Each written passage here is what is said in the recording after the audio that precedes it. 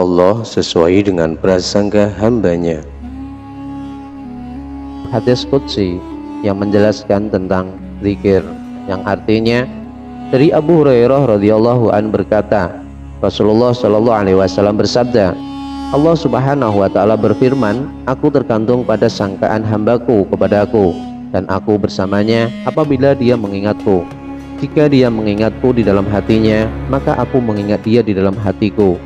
Dan jika dia mengingat aku dalam suatu majelis, maka aku mengingat dia di dalam majelis yang lebih baik dari mereka, yaitu dalam majelis para malaikat yang maksum dan tanpa dosa. Jika dia mendekatiku sejengkal, maka aku mendekatinya sehasta. Jika dia mendekatiku sehasta, maka aku mendekatinya sedepa. Dan jika dia mendekatiku dengan berjalan, maka aku mendekatinya dengan berlari. Hadis riwayat Bukhari, Muslim, Ahmad, Tirmidzi, Nisa'i, dan Ibnu Majah. Hadis ini menerangkan beberapa pelajaran penting. Pertama, tentang sikap Allah terhadap hambanya tergantung pada prasangka hambanya tersebut kepada Allah. Maksudnya agar manusia senantiasa mengharapkan karunia dan rahmat Allah subhanahu wa ta'ala. Janganlah sekali-kali berputus asa dari rahmatnya. Walaupun kita semua banyak berbuat dosa dan telah melampaui batas, dan segala dosa dan kesalahan itu akan mendapatkan balasan, namun janganlah sekali-kali putus harapan dari rahmat Allah subhanahu wa ta'ala, karena Allah yang maha kasih sayang dapat saja mengampuni dosa kita melalui rahmat dan karunia-Nya. Sebagian para ulama menjelaskan bahwa makna tindakan Allah terhadap hamba-hambanya tergantung kepada prasangka hambanya, bukan hanya dalam permohonan ampun saja, namun berlaku secara umum, termasuk doa-doa untuk memohon kesehatan, kemudahan rezeki, keamanan, dan sebagainya.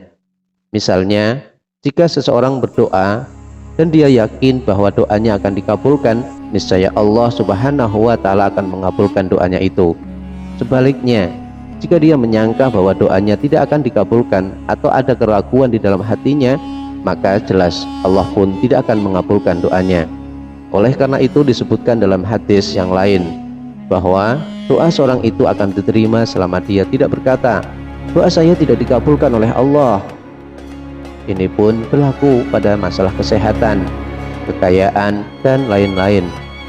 Sebuah hadis menceritakan barang siapa menderita kelaparan, kemudian dia meminta-minta kepada orang banyak, maka Allah subhanahu wa ta'ala tidak akan mencukupinya. Sebaliknya, jika dia memohon kepada Allah dan bermunajat kepadanya, maka Allah akan menjauhkan segala kesulitan itu. Oleh karena itu, kita harus senantiasa husnudzon atau berbaik sangka kepada Allah. Masalah ini telah berulang-ulang kali diperingatkan oleh Allah dalam ayat suci Al-Quran. Allah berfirman yang artinya, dan janganlah lupa, dan jangan pula penipu.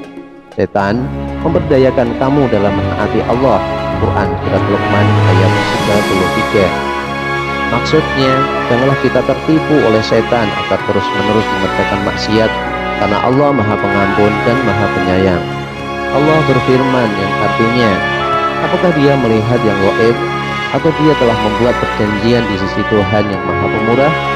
Sesekali tidak. Quran surat Maryam ayat 78-79. Kedua, kalimat apabila seorang hamba mengingatiku, niscaya aku akan selalu bersamanya.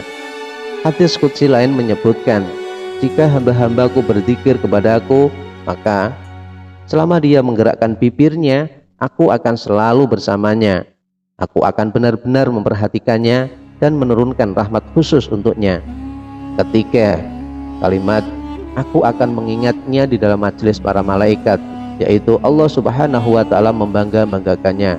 Hal ini disebabkan beberapa hal. Satu, di dalam diri manusia terdapat dua unsur yang bertentangan satu sama lain, yaitu ketaatan dan kemaksiatan. Dua, ketika Allah subhanahu wa ta'ala menciptakan manusia, maka para malaikat berkata, apakah engkau akan menciptakan makhluk yang akan membuat kerusakan dan menumpahkan darah di muka bumi, padahal kami selalu bertasbih dan memujimu?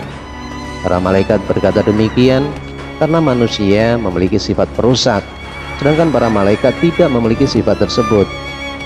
Maka oleh karena itulah mereka berkata, padahal kami selalu bertasbih dan memujimu. Quran surat Al-Baqarah ayat 30. 3. Ketaatan dan ibadah manusia lebih baik daripada ibadah para malaikat, karena manusia beribadah tanpa melihat alam akhirat, sedangkan para malaikat beribadah dengan musyahadah atau menyaksikan alam akhirat. Keempat, kalimat jika manusia datang mendekatiku dengan berjalan, maka aku mendekati dia dengan berlari, yakni jika seorang hamba menuju kepada Allah Subhanahu wa taala, maka rahmat Allah Subhanahu wa taala akan lebih cepat menuju kepadanya dan dia melimpahkan karunia kepadanya. Ini terserah kepada manusia itu. Jika mereka ingin mendapatkan rahmat dan karunia Allah, maka hendaknya mereka itu sendiri menuju dan mendekatkan diri mereka kepadanya. Kelima, hadis di atas menyatakan bahwa jamaah para malaikat lebih baik daripada jamaah orang yang berzikir. Sedangkan manusia adalah asyraful makhluqat, yaitu manusia yang paling mulia. Hal ini disebabkan oleh beberapa faktor. Pertama, para malaikat adalah maksum, mereka tidak memiliki dosa. Kedua, karena jumlah malaikat lebih banyak daripada jumlah manusia dan mereka lebih baik daripada manusia pada umumnya. Namun seorang mukmin atau anbiya alaihi salam lebih baik daripada malaikat. Demikian video ini kami buat untuk muhasabah kita semua dan meyakinkan diri kita kepada Allah Subhanahu wa taala bahwa Allah Maha Pengabul dari doa-doa kita. Maka senantiasa kita untuk selalu berprasangka baik kepada Allah Subhanahu wa taala. Demikian, silahkan like, komen, dan subscribe. Apabila video ini bermanfaat, silahkan untuk dibagikan.